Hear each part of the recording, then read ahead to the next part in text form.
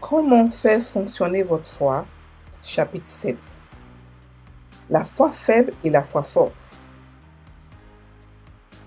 La foi faible. Romains 4, verset 19 nous dit: Et sans faiblir dans la foi, il ne considéra point que son corps était déjà usé, puisqu'il avait 100 ans et que Sarah n'était plus en état d'avoir des enfants. Alléluia. La foi faible est le résultat du manque d'exercice de la foi ou du non-exercice de la foi. Qu'est-ce que cela signifie? Lorsque vous entendez la parole de Dieu et que vous n'agissez pas en conséquence, votre foi sera faible. Rappelez-vous que j'ai dit que peu de foi est le résultat d'informations insuffisantes de la parole de Dieu. Mais la foi faible est le résultat de la non-pratique de la parole de Dieu. C'est le fait de ne pas agir sur les informations que vous avez reçues de la parole de Dieu. Avez-vous déjà entendu quelqu'un dire: je sais que la Bible dit, mais regardons les choses en face? Quoi de plus réel que la parole de Dieu? La parole de Dieu est la réalité absolue. La réalité signifie la vérité. Et la parole de Dieu est la vérité. Jean 17, verset 17. Je suis toujours étonné des gens qui disent qu'ils savent que la Bible dit quelque chose, mais qui n'agissent pas en conséquence. Par exemple, un chrétien dit: je sais que la Bible dit que par ses meurtrissures, j'ai été guéri. Mais il est toujours malade. Alors vous lui dites: mais frère, la Bible dit que tu as été guéri. Alors agis selon la parole en proclamant ta guérison. Mais il va répondre: donne-moi juste un peu de temps. Je sais que la Bible dit, mais cette douleur est trop forte. Je ne peux même pas poser mes pieds au sol. Et ma tête me fait atrocement mal. Vous voyez, il peut citer les Écritures. Il peut même les prêcher, mais il n'agit pas en conséquence. C'est une foi faible. Une foi faible, c'est lorsque vous dites que vous le savez, mais vous n'agissez pas en conséquence. Vous considérez la douleur au lieu d'agir selon la parole de Dieu. Vous avez l'information de la parole de Dieu et non seulement vous pouvez la citer, mais vous pouvez même l'enseigner et la partager aux autres, mais vous ne la pratiquez pas. Votre foi sera faible et face aux situations de la vie, votre foi ne marchera pas. Votre foi vous fera chanceler et par conséquent, la peur vous saisira et vous serez vaincu par les situations de la vie. Alors vous allez vous demander: pourquoi Dieu m'a-t-il fait cela? Dieu ne vous a rien fait. C'est votre foi qui ne pouvait pas vous porter. Votre foi n'a pas fonctionné parce qu'elle était faible. Regardez ce que la Bible dit à propos d'Abraham. Dans Romains 4, verset 20. Il ne douta point, par incrédulité, au sujet de la promesse de Dieu, mais il fut fortifié par la foi, donnant gloire à Dieu. Alléluia.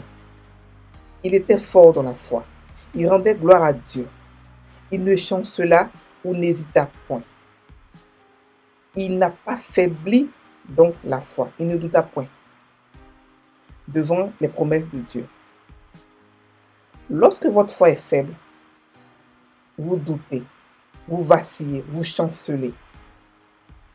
Et vous demandez des preuves avant de pouvoir croire à la parole de Dieu.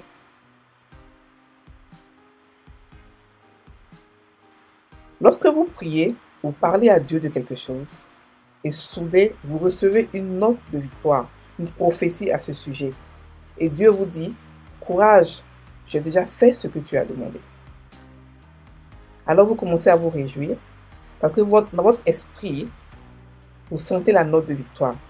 Mais extérieurement, il ne semble pas que quoi que ce soit ait changé conformément à la parole prophétique que vous avez reçue de Dieu. Quelques jours plus tard, ou même quelques semaines plus tard, vous commencez à vous demander, je sais que Dieu l'a dit, mais rien n'a changé. Vous commencez maintenant à prier et à demander à Dieu la même chose encore une fois, comme si vous n'aviez jamais prié à ce sujet auparavant. Vous commencez même à demander à tout le monde de vous aider à prier. Vous demandez, vous priez maintenant pour quelque chose dont Dieu vous a déjà donné. Un rhéma. Quelque chose qu'il vous a déjà dit qu'il a déjà fait. C'est de l'incrédulité. Votre foi ne peut pas fonctionner de cette façon. Vous avez l'information, mais vous n'avez pas donné suite à cela. C'est une foi faible. Alors, quel est le remède à la foi faible? Comment guérir une foi faible? Le remède à la foi faible est d'agir selon la parole. D'agir sur l'information que vous avez reçue. Si vous voulez que votre foi soit grande et forte, commencez à pratiquer la parole de Dieu. Par exemple, la Bible dit dans 1 Thessaloniciens 5, « Rendez grâce en toutes choses, car c'est à votre égard la volonté de Dieu en Jésus-Christ. » Alors, que devrez-vous faire pour commencer à pratiquer cette écriture dans votre vie? Vous commencez à rendre grâce dans chaque situation, indépendamment de ce que vous voyez. Laissez votre vie devenir un flot incessant de louanges et d'actions de grâce envers Dieu. Vous dites toujours « Merci Seigneur, merci Jésus ». Vous le louez en tout. C'est cela agir sur la parole. C'est cela pratiquer la parole. Vous voyez, plus vous exercez votre foi, plus votre foi devient forte. Et la façon d'exercer votre foi est d'agir sur la parole, de la pratiquer. Vous vous dites, la parole de Dieu dit, par ces meurtrissures, j'ai été guéri. Donc je refuse d'être malade. Je ne suis pas le malade essayant d'être guéri. La maladie et l'infirmité n'ont pas leur place dans mon corps. Par conséquent, je refuse de me coucher malade ou de rester dans ce fauteuil roulant ou de me déplacer avec des béquilles, car je suis le guéri du Seigneur, parce que la parole le dit. Alléluia. C'est agir sur la parole, c'est pratiquer la parole. Vous considérez la parole de Dieu comme la seule et unique vérité, la but finale dans toutes les circonstances de votre vie. Vous refusez d'être persuadé par tout ce qui n'est pas conforme à la parole de Dieu. Pour que votre foi devienne forte et non faible et pour produire des résultats, vous devez être un acteur de la parole. Vous devez pratiquer la parole. En tant que chrétiens, nous sommes des pratiquants de la parole. Nous pratiquons la parole parce que la parole est praticable. Elle est facile à pratiquer. Ainsi, lorsque la Bible dit, par exemple, dans Philippiens 4, versets 6 à 7, « Ne vous inquiétez de rien, mais en toutes choses, faites connaître vos besoins à Dieu par des prières et des supplications, avec des actions de grâce. Et la paix de Dieu, qui surpasse toute intelligence, gardera vos cœurs et vos pensées en Jésus-Christ. » Alléluia. Vous la pratiquez. Vous pratiquez exactement ce que la parole dit dans votre vie. D'abord, vous vous dites, je refuse d'avoir peur. Je refuse d'être inquiète. Je refuse, je rejette l'anxiété. Ensuite, vous allez de l'avant et vous faites connaître vos besoins à Dieu et vous recevez la paix dans votre cœur.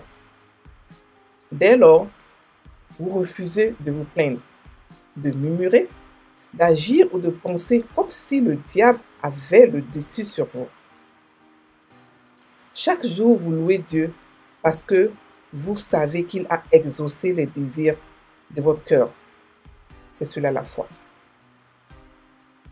De cette façon, vous exercez votre foi et construisez vos muscles de la foi. Certaines personnes savent comment construire leur forme physique. Avez-vous déjà vu certains de ces gars qui, bien entraînés et très athlétiques, ils passent beaucoup de temps à la salle de sport pour se maintenir en forme et développer leurs muscles en faisant de l'exercice fréquemment. Ils courent, ils font du jogging, ils font des pompes et le tout dans le but de construire un corps physique et fort, sain, en forme et agile. Réalisez-vous que c'est de la même manière que vous construisez votre esprit. Tout comme le manque d'exercice physique affaiblit vos muscles, le manque d'exercice spirituel de la foi affaiblit également vos muscles de la foi. Sans vous exercer, votre corps peut être gros mais faible. De la même manière, votre foi peut sembler grande mais faible si vous ne l'exercez pas en pratiquant la parole. Vous devez devenir un pratiquant de la parole. Par exemple, Jésus a dit dans Marc 11, verset 24, « C'est pourquoi je vous dis, tout ce que vous demanderez en priant, croyez que vous l'avez reçu et vous le verrez s'accomplir. » Alléluia. Cela signifie que lorsque vous priez ou demandez quoi que ce soit à Dieu, tout ce que vous avez à faire est de croire que vous l'avez reçu et il sera à vous. En d'autres termes, après avoir prié et demandé à Dieu de vous accorder une demande particulière, peut-être un nouveau travail, vous devriez immédiatement commencer à témoigner et à louer Dieu parce que votre demande a été accordée. Votre confession devient « Merci Jésus, j'ai ce que j'ai demandé ». Et Jésus a dit « Toutes les choses que je désire quand je prie, je dois croire que je les reçois et je les aurai. Je crois que j'ai reçu un nouvel emploi. Donc, j'ai un nouveau travail. Gloire à Dieu. » C'est ainsi qu'il faut agir selon la parole. C'est cela, pratiquer la parole. Vous vous dites comme tout espoir, je crois en l'espoir que j'ai un nouvel emploi, indépendamment de ce que vous entendez, voyez ou comment vous vous sentez. Alléluia. Vous avez peut-être passé un entretien d'embauche et avez été rejeté. Pourtant, vous refusez d'être frustré ou découragé. Vous refusez d'endosser un tel verdict ou de vous laisser intimider dans votre foi. Vous maintenez votre position sur la parole de Dieu et continuez à déclarer « J'ai un nouveau travail. Dieu me l'a donné quand je priais et je l'ai reçu. » Avant longtemps, ce travail apparaîtra. Même s'il n'a jamais existé, il sera créé à cause de vous. C'est ce que dit la Bible. Alléluia. C'est le genre d'attitude que vous devez avoir après avoir prié et demandé quoi que ce soit à Dieu. Certaines personnes, après avoir prié, au lieu de se réjouir et de louer Dieu pour avoir répondu à leur prière, commencent à avoir l'air désespérées et déprimées, comme si elles avaient été fouettées par Dieu après avoir osé lui demander quelque chose. Ce n'est pas l'attitude de la foi. Rappelez-vous ce que je vous ai dit plus tôt. Il y a une attitude de la foi. Et c'est l'attitude qui indique si oui ou non vous avez reçu ce que vous avez demandé lorsque vous avez prié. La façon de développer votre foi et de la renforcer est de la mettre au travail. C'est ainsi que vous exercerez vos muscles de votre foi, jusqu'à ce que votre foi soit forte. Elle ne produira pas beaucoup de résultats. Et pour que votre foi soit forte, vous devez l'exercer en agissant sur la parole. Vous devez agir selon votre foi. Alléluia. Lorsque vous commencez à agir selon la parole de Dieu, vous pouvez vous retrouver à faire des erreurs. Mais je veux que vous sachiez que Dieu a tenu compte de vos erreurs. Il sait que vous apprenez. Alors, ne vous découragez pas. Vous ne vous frustrez pas des erreurs que vous commettez dans votre cheminement de foi avec Dieu. Continuez à agir selon la parole. Par exemple, peut-être que la première fois que vous avez essayé de prêcher l'évangile et de conduire quelqu'un à Christ, vous avez pensé que vous n'avez pas du tout réussi. Vous vous êtes peut-être disputé avec la personne ou vous n'avez pas réussi à amener la personne à donner son cœur à Christ. Ne vous découragez pas. Continuez à exercer vos muscles de la foi dans ce domaine, en prêchant l'évangile encore et encore à chaque occasion. Il y a des chrétiens qui n'ont jamais conduit quelqu'un à Christ et ils sont chrétiens depuis très longtemps, peut-être même 10 ou même plus. Et cela est triste. Ils ne peuvent pas penser à une seule personne qu'ils ont conduit à Christ. Pourtant, ils croient que s'ils parlaient à quelqu'un de Jésus, la personne serait sauvée. Mais ils ne l'ont jamais fait. Pourquoi? Ils n'ont pas encore exercé leur foi dans ce domaine. Imaginez que vous dites, en toute honnêteté et sincérité, je vais parler à quelqu'un aujourd'hui de Jésus. Je vais gagner une âme à Christ aujourd'hui. Vous montez dans le bus pour vous rendre au travail ou à l'école ou n'importe où. Vous allez et là vous rencontrez quelqu'un. Alors que vous êtes sur le point d'ouvrir la bouche pour prêcher, votre cœur commence à battre la chamade. Vous commencez à débattre en vous-même. Dois-je dire quelque chose ou que devrais-je faire? Comment commencer? Et s'il ne m'écoute pas?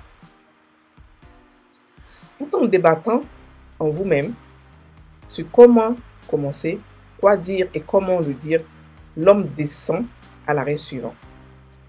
Bien sûr, vous vous sentirez mal et regretterez votre incapacité à agir.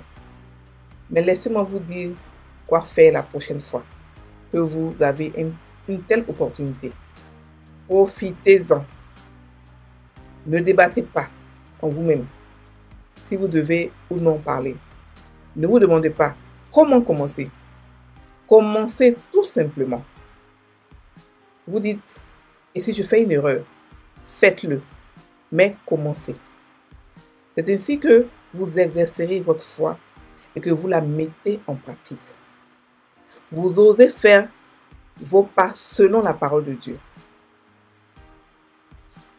Un apprenant, quelqu'un qui apprend, ne devient pas parfait sans erreur, mais il progresse dans la perfection. Dites-vous, je vais faire confiance au Saint-Esprit. Je compte sur lui pour m'aider. Alors vous vous souviendrez que la Bible dit, ouvre ta bouche et je la remplirai. Psaume 81, verset 10. Alors, allez-y, ouvrez la bouche et commencez à parler.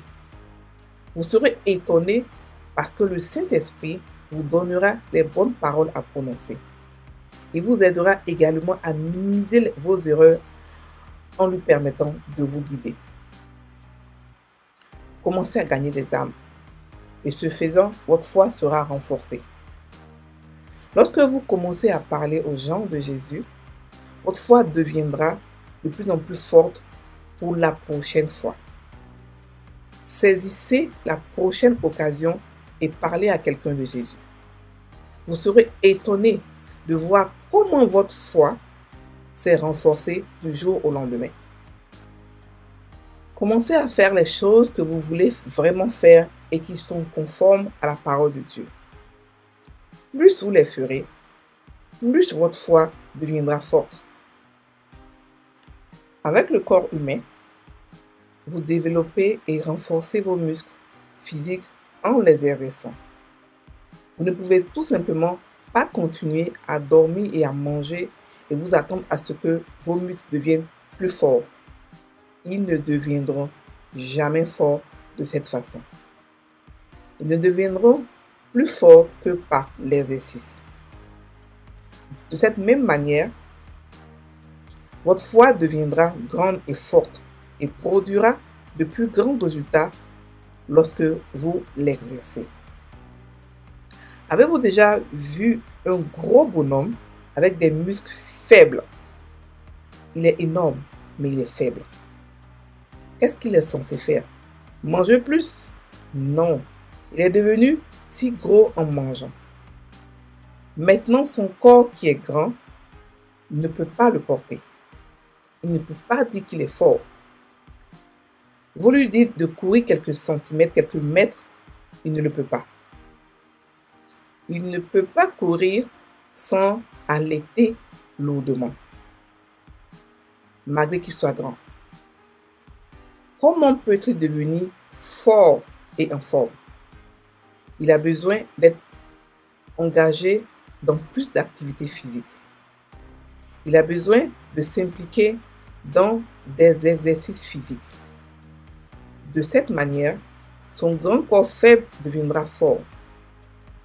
La façon dont ce gars a grandi en mangeant est la même façon dont votre foi augmente en entendant. En mangeant la parole de Dieu, en vous nourrissant de la parole de Dieu, vous agrandissez votre foi. Sachez que même si votre foi est grande, elle ne peut rien faire si elle est faible. Pour que votre foi fonctionne, elle doit être à la fois grande et forte. Alléluia. La foi forte.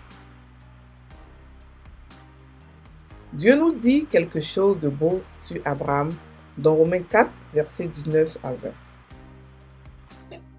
Qui dit: et sans faiblir dans la foi, il ne considéra point que son corps était déjà usé, puisqu'il avait près de 100 ans et que Sarah n'était plus en état d'avoir des enfants.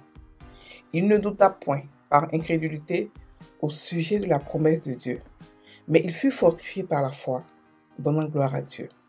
Alléluia, fin du verset.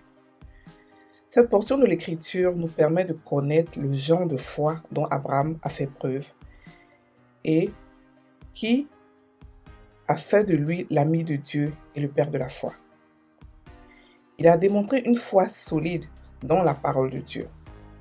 Il n'a pas chancelé, il n'a pas douté de la promesse de la parole de Dieu par incrédulité. Il était fort dans la foi, rendant gloire à Dieu. Cela nous fait immédiatement savoir que l'une des caractéristiques d'une foi forte est qu'elle rend gloire à Dieu. Lorsque votre foi est forte, il vous est très facile de croire tout ce que Dieu vous dit dans sa parole. Vous êtes rapide à croire une fois que vous entendez la parole de Dieu une seule fois. Non seulement vous êtes prompt à croire, mais vous commencez également à glorifier et à adorer Dieu parce que vous savez que sa parole que vous avez crue est vraie. Vous acceptez et vous approuvez déjà, c'est déjà réalisé dans votre vie. C'est la foi qui ne faille jamais. C'est un engagement sans réserve, sans égal et irrévocable envers Dieu et sa parole. Vous vous jetez dans les mains de Dieu, prenant sa parole comme la vérité absolue. Vous vous basez uniquement sur sa parole éternelle et indéfectible.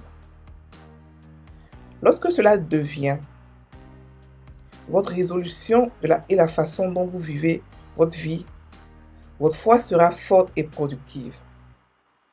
Une foi forte est la foi qui fonctionne. Lorsque Jésus a dit à ses disciples d'avoir la foi en Dieu, il enseignait à ses disciples et bien sûr à nous aussi d'avoir une foi solide. Jésus n'a pas dit « Eh bien, essayez de faire grandir votre foi ». Il n'a pas non plus dit « Je sais que votre foi est encore faible, mais un jour elle deviendra forte ». Au contraire, il a dit « Ayez la foi de Dieu » et non la foi de Thomas ou le peu de foi ou la foi faible, mais une foi forte. Une foi forte est la foi qui parle et cela arrive. C'est la foi que Dieu a utilisée pour créer les cieux et la terre.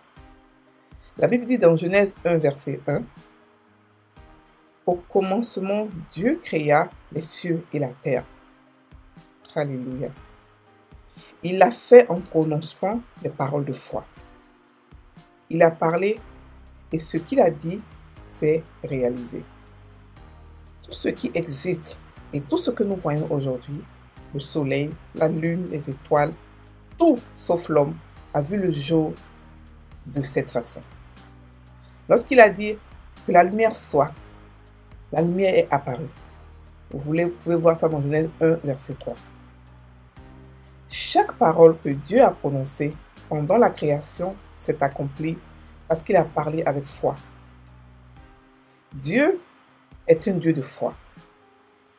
Il croyait, il savait que tout ce qu'il disait arriverait. Il a une foi solide. C'est cela, une foi solide. Jésus a défini une foi forte en Marc 11, verset 23, lorsqu'il a dit « Je vous le dis en vérité, si quelqu'un dit à cette montagne, ôte-toi de là et jette-toi dans la mer, et s'il ne doute point en son cœur, mais croit que ce qu'il dit arrive, il le verra s'accomplir. » Alléluia. Fin du verset. Et dans Marc 11, verset 12, Jésus avait faim et voulait manger des fruits. Apercevant un figuier au loin, il pensa pouvoir en tirer des fruits pour apaiser sa faim. En arrivant à l'arbre, il n'y avait pas de fruits, mais seulement des feuilles, car ce n'était pas l'heure des figues. Alors Jésus s'adressa à l'arbre et dit, « Que jamais personne ne mange de ton fruit. » Et ses disciples l'entendirent. Ses disciples l'ont entendu lorsqu'il a parlé à l'arbre, ce qui signifie qu'il ne parlait pas dans son esprit. Il a parlé de manière audible, de sorte que ses disciples qui étaient présents avec lui ont entendu ce qu'il a dit et ont écrit. Maintenant, après que Jésus ait parlé à l'arbre, il ressemblait à ce qu'il était avant qu'il ne lui ait parlé. Il n'y avait pas de changement visible sur l'arbre. Mais 24 heures plus tard, ses disciples ont observé que le figuier avait séché des racines. Ce qui suggère clairement que lorsque Jésus a parlé à l'arbre, il est mort immédiatement des racines. Les racines étaient dans le sol, donc personne ne pouvait immédiatement dire que quelque chose était arrivé à l'arbre. Plus encore, tout le reste se ressemblait. Les branches, la tige, les feuilles, tout était intact. Pendant ce temps, l'arbre était déjà mort à la racine. Sa source de vie avait été coupée. Voyant que l'arbre s'est desséché, les disciples furent stupéfaits. Alors Pierre dit, « Maître, regarde, l'arbre que tu as maudit s'est desséché. » Et c'est en réponse à la déclaration de Pierre que Jésus a dit à ses disciples, « Ayez la foi de Dieu. » Ce qui signifie, ayez la foi à la manière de Dieu. Ayez la sorte de foi de Dieu. Il voulait qu'ils sachent qu'avec ce genre de foi, ils pouvaient tout faire. Tout comme Jésus, lorsqu'il a parlé au figuier, chaque fois que vous lâchez des mots de foi, que vous sentiez ou voyez ou non un changement, ne fera aucune différence. Dans votre esprit, vous savez que les paroles que vous avez prononcées avec votre bouche se réalisent sûrement. Une foi forte ne tient pas compte de l'apparence extérieure des choses. Tout d'abord, j'ai dit que cela donne gloire à Dieu. J'ai dit que la foi forte donne gloire à Dieu. Deuxièmement, elle ne tient pas compte des circonstances. Ne considérez pas les circonstances. La Bible dit qu'Abraham n'a pas considéré que son propre corps était déjà mort, alors qu'il avait environ 100 ans, et qu'il n'a pas non plus considéré le ventre de Sarah qui était aussi pratiquement mort. Il n'a pas chancelé à la promesse de Dieu par incrédulité, mais il était fort dans la foi, en donnant gloire à Dieu. Vous pouvez le lire dans Romains 4, verset 19. Abraham avait 100 ans lorsque Dieu lui a dit qu'il allait avoir un fils et l'appeler Isaac. Bien qu'il fût déjà bien avancé en âge, il refusa de considérer son corps comme mort, comme étant incapable de se reproduire. Il n'a pas non plus considéré le fait que le ventre de Sarah était aussi mort. Il ne s'était pas découragé à toutes les preuves physiques et naturelles qui défiaient la capacité de Dieu. Tout ce qu'il savait dans ce monde lui disait qu'il était impossible d'avoir un enfant. Son corps, en ce qui concerne la reproduction, était mort. Il avait environ 100 ans et Sarah avait été déclarée stérile. Pourtant, Abraham n'a pas considéré la mort du sein de Sarah. Qu'est-ce que Abraham envisageait alors? Il considéra la parole de Dieu. Il a accordé une pensée, une attention et une concentration uniquement à la parole que Dieu lui avait dite. En ce qui concerne Abraham, Dieu lui a dit, il était bien capable de l'accomplir. C'est une foi solide. Lorsque vous refusez de considérer autre chose que la parole de Dieu qui vous est parvenue.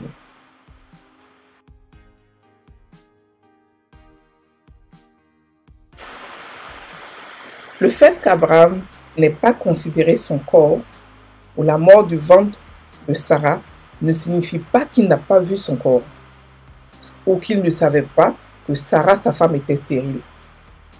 Il a bel et bien vu son corps. Le corps lui appartenait. Il savait que son corps était devenu vieux et fragile. Il pouvait le sentir, il pouvait le voir. Il savait également que sa femme était stérile. Il en était conscient, très conscient. Mais il a refusé d'y penser. C'est cela la foi forte.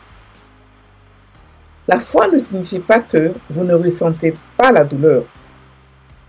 La foi ne signifie pas que vous ne pouvez pas voir le problème. La foi signifie je vois bien le problème, mais je refuse de le considérer. Je refuse de le laisser dicter les circonstances de ma vie et de mon existence. Je refuse de le laisser dicter comment je vais me comporter. Alors vous vous dites, je ne vais pas laisser ce que je vois, ce que je ressens et tout ce que je sais qui est contraire à la parole de Dieu diriger ma vie. Je refuse de considérer autre chose que la parole de Dieu. C'est une foi forte. Alléluia. Apprenez et employez cette vérité importante. En tout, ne considérez que la parole de Dieu. Laissez la parole de Dieu être la seule chose qui vous touche. Laissez-la être ce qui forme vos croyances, vos impressions et votre état d'esprit sur la vie. Que ce soit la seule vérité, la seule information par laquelle vous vivez. Alors, votre vie sera un flot incessant de succès, de paix, de progrès et de prospérité. C'est là que certaines personnes ratent la cible dans leur cheminement de foi. Ils chancellent face à la promesse de Dieu, la parole de Dieu. Une fois, ils croient et une autre fois, ils ne croient pas. Tantôt, ils disent « je crois en Dieu ».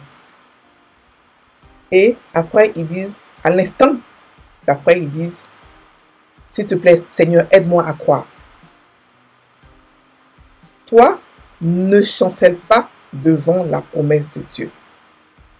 Ne doute pas, par incrédulité, de la promesse de Dieu. En d'autres termes, ne laisse pas l'incrédulité diriger ta vie. La Bible dit qu'Abraham n'a pas douté devant la promesse de Dieu par incrédulité, mais qu'il était fort dans la foi, rendant gloire à Dieu. Il a continué à témoigner. Il a refusé de chanceler. En ce qui le concernait, Dieu l'avait déjà fait. Alors, il maintient sa confession. Il maintenait sa confession. Dans votre vie, c'est ce que vous devez faire. Les paroles de Dieu pour vous sont oui et amen. 2 Corinthiens 1:20. Cela signifie qu'ils sont installés et établis. Votre rôle, à vous, est de les croire et de ne laisser aucune place au doute ou à l'incrédulité. Soyez accro à la parole de Dieu. Préparez-vous à voir tout ce que Dieu vous dit dans sa parole comme la plus haute loi à respecter. Dites-vous, si Dieu l'a dit, alors c'est fait, car sa parole ne faillit jamais. C'est pourquoi je refuse de douter. Je refuse de chanceler ou de permettre au doute et à l'incrédulité d'étouffer sa parole dans mon cœur. Alors vous commencez à le glorifier pour sa parole. Peut-être que vous vous êtes réveillé un jour et avez soudainement découvert une grosseur quelque part dans votre corps. Puis vous avez agi selon votre foi et a ordonné à la grosseur de disparaître.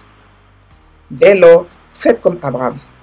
Même si vous pouvez toujours voir la croissance, refusez de la considérer. Commencez à rendre gloire à Dieu. Continuez à le louer, à commencer à dire à tout le monde que la parole de Dieu dit que vous avez été guéri. Par conséquent, aucune croissance ne peut survivre dans votre corps. Continuez à témoigner. Donnez une offrande pour cela. Dites à tout le monde que la croissance est partie. Vous avez déjà votre miracle. C'est ce que Abraham a fait. Ce qui est agréable aux yeux de Dieu et lui a permis de se qualifier de foi, d'homme de foi forte. Abraham a glorifié Dieu pour sa parole et a dit à tout le monde que son nom n'était plus Abraham, père exalté ou assumé, mais Abraham, ce qui signifie père de plusieurs. Les gens ont dû rire et lui demander, mais alors où sont tes enfants? Mais il savait qu'il avait déjà la parole de Dieu. Par conséquent, en ce qui le concernait, ses enfants étaient en lui. Il était déjà père de plusieurs. Vous savez, si vous êtes pasteur et que vous lisez ce livre, vous aussi pouvez devenir Abraham. Vous pouvez commencer à voir votre église et votre ministère grandir avec autant de membres en vous. Les médecins vous ont-ils dit qu'il est impossible d'avoir des enfants parce que vos trompes sont bouchées ou ont été retirées? Agissez sur ces vérités que je partage avec vous. Devenez Abraham. Commencez à voir vos enfants en vous, comme Abraham. Refusez de chanceler par incrédulité. Tout le monde vous verra porter votre bébé avant que vous ne vous en rendiez compte. Tout ce que vous avez à faire est de refuser de chanceler devant la parole de Dieu. Fixez votre regard sur la parole. Alléluia. Comment devenir pleinement persuadé? Vous savez, l'incrédulité est un esprit. La peur aussi est un esprit. Et ils essaient d'attaquer les gens. Lorsque la peur ou l'incrédulité vous attaque, mettez-vous à genoux devant Dieu. Mettez votre Bible juste devant vous. Ne vous contentez pas de lire ou de méditer sur la parole, mais commencez également à les citer ouvertement. Commencez à les confesser jusqu'à ce que vous soyez complètement saturé. La Bible dit dans Ecclésiaste 11, verset 3, « Quand les nuages sont pleins de pluie, ils se vident. » Ce qui signifie qu'il y aura un débordement. C'est alors que vous devenez pleinement convaincu. C'est la troisième caractéristique d'une foi forte. Lorsque votre foi est forte, vous êtes pleinement persuadé de la parole de Dieu. En ce moment, aucun démon sorti de l'enfer ne pourra vous convaincre de douter ou de chanceler face à la parole de Dieu. Vous savez que vous avez votre miracle, indépendamment de ce que les circonstances indiquent. Vous arrivez à cette connaissance spécifique et non supposée que, quoi que Dieu ait promis, il est fidèle et capable de l'accomplir. Par conséquent, Vous êtes imperturbable. Vous êtes en paix parce que vous savez que vous l'avez reçu. Gloire à Dieu. Abraham était pleinement persuadé de ce que Dieu avait promis. Il était aussi capable de l'accomplir. Romains 4, verset 21. Et c'est cela une foi forte. C'est la foi qui travaille. Vous savez, vous ne pouvez pas être entièrement convaincu lorsque vous écoutez les mauvaises histoires des gens. Vous ne pouvez pas vous édifier par des histoires qui apportent le contraire de ce que vous voulez voir. Vous ne pouvez pas édifier la foi qui fonctionne lorsque vous écoutez toute autre chose que la parole de Dieu. La peur vous dominera. Les hommes parlent de peur en permanence, mais Dieu parle de foi. Pour que vous construisiez votre foi à ce niveau, où vous êtes pleinement persuadé et convaincu de la parole de Dieu pour vous, vous devez continuer à écouter la parole. Continuez à faire entrer la parole de Dieu dans votre système. Ne laissez pas les informations des journaux, qui sont toujours chargés de peur et d'incrédulité, vous faire chanceler par rapport à la parole de Dieu. Lorsque vous continuez à écouter des nouvelles de la télévision, vous entendez beaucoup de mots qui inspirent la peur. Mais lorsque vous dominez et contrôlez votre esprit avec la parole de Dieu, vous deviendrez pleinement persuadé. Jusqu'à ce que vous soyez complètement convaincu, vous pouvez chanceler. Vous serez incertain et peu convaincu par la parole de Dieu. C'est alors que vous commencerez à vous demander, je me demande si cette parole que je confesse depuis si longtemps va vraiment se réaliser. Comprenez et réalisez qu'en continuant de bombarder votre esprit avec la parole de Dieu, vous deviendrez pleinement persuadé de la promesse de Dieu, au point qu'elle deviendra la seule chose à laquelle vous pensez et dont vous parlez. C'est alors que le doute et l'incrédulité deviendront complètement maîtrisés dans votre vie. Jésus a dit dans Marc 11, verset 23, « Je vous le dis en vérité, si quelqu'un dit à cette montagne, « Ôte-toi de là et jette-toi dans la mer », et ce n'est doute point dans son cœur, mais croit que ce qu'il dit arrive, il le verra s'accomplir. Le doute ou l'incrédulité sont les plus grands voleurs des bénédictions de Dieu. Jésus nous dit que si vous ne doutez pas dans votre cœur, tout ce que vous dites de votre bouche s'accomplira. Pour que cela se reproduise, vous devez être pleinement et complètement persuadé. Vous devez monter une garde sur votre cœur qui dit « pas de doute autorisé ». C'est ce dont vous avez besoin si vous avez reçu un diagnostic de cancer, de VIH/SIDA, de diabète ou de n'importe quelle maladie, d'affection ou d'infirmité. On vous a peut-être dit qu'il était impossible de réussir quoi que ce soit dans la vie. Vous n'avez pas besoin de prière. Vous n'avez pas besoin de pleurer, de mendier ou de courir partout à la recherche de l'aide d'un homme. Au lieu de cela, commencez à méditer sur la parole de Dieu. Devenez pleinement persuadé de ce qu'il dit. Devenez pleinement persuadé que vous êtes un paquet de succès. Vous avez un excellent esprit et avez été ordonné pour prospérer en toutes choses. Soyez pleinement persuadé que vous n'êtes pas un malade en quête de guérison. Devenez pleinement persuadé que vous êtes une nouvelle créature, un participant, un partageur de la nature divine. Par conséquent, la maladie, l'infirmité ne peuvent pas prospérer dans votre corps. Elles ne peuvent tout simplement pas rester. Devenez pleinement persuadés de ces choses. Alléluia.